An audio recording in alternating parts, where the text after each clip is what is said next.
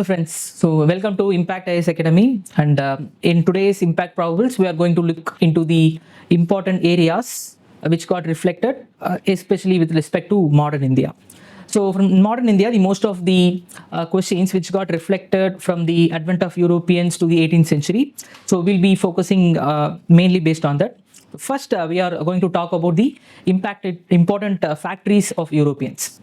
So if we take the important factories of Europeans, first let's talk about the Portuguese. So the first Portuguese factory was established in Cochin in 1503, and it is the first and the most important early trading post the Portuguese have ever established in India. Even though they had made landfall in Calicut, the first factory was established in Cochin. Okay. So the second factory was Kandanur, which got established in 1505 and established after a treaty with the local ruler. Okay. Then the third factory was Calicut, which got established in 1513, and after some initial conflict with the Zambian king, the Portuguese were able to set up a factory in the Calicut. Okay. Then the next factory was in Goa and captured by Alfonso de Albuquerque, and it became the administrative capital of Goa. Then followed by Diu in 1535, it got fortified and became a major trading port.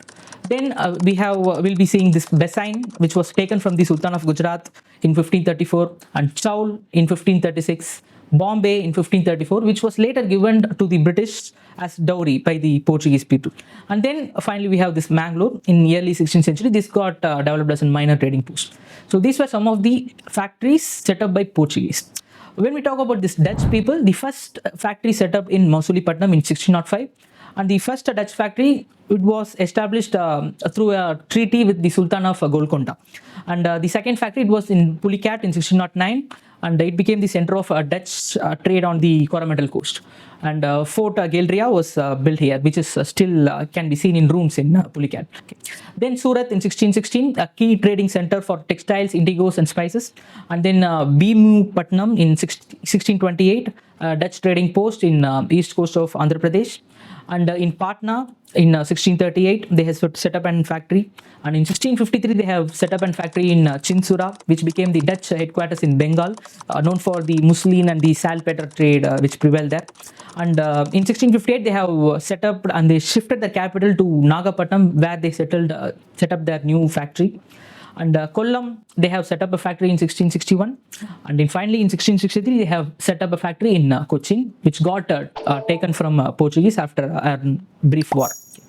Now let's talk about the British.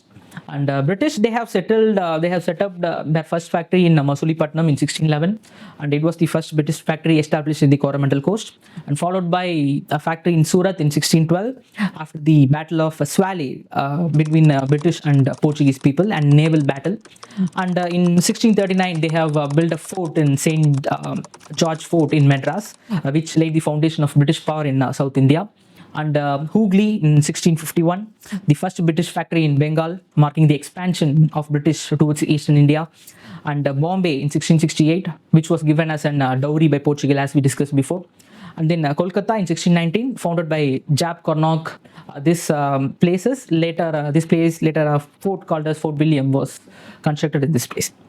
And let's talk about the Danish people.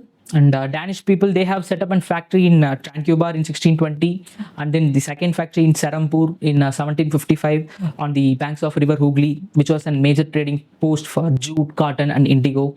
And they have also set up a port in Balasore in Odisha in the mid 18th century. And they also had a small port in Pipli, which is in Odisha, which got set up in 17th century. So as the Danish people, they mostly concentrated on spreading the Christianity. So their trade didn't prevail to so much when compared to the other provinces. So the last power which came to India, it was French. They have set up their factory in Surat in 1668. It got established as a key trading hub for the textiles, spices and indigo.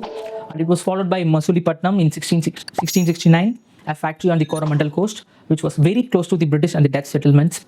And then they have set up a factory in Pondicherry in 1674. This was the most important French settlement, later became the headquarters of the French India. And they have also set up a factory in Chandanagur in 1619 on the banks of river Hooghly. And they became this port became a very good competitor to British in Calcutta. Then they have set up a factory in Karaikal in 1739, acquired from the local ruler of Tanjore. known for its trade in rice and textiles. They have also set up a factory in 1725 in Mahe and in 1723 in Yanam. And these were some of the important French factories which got established.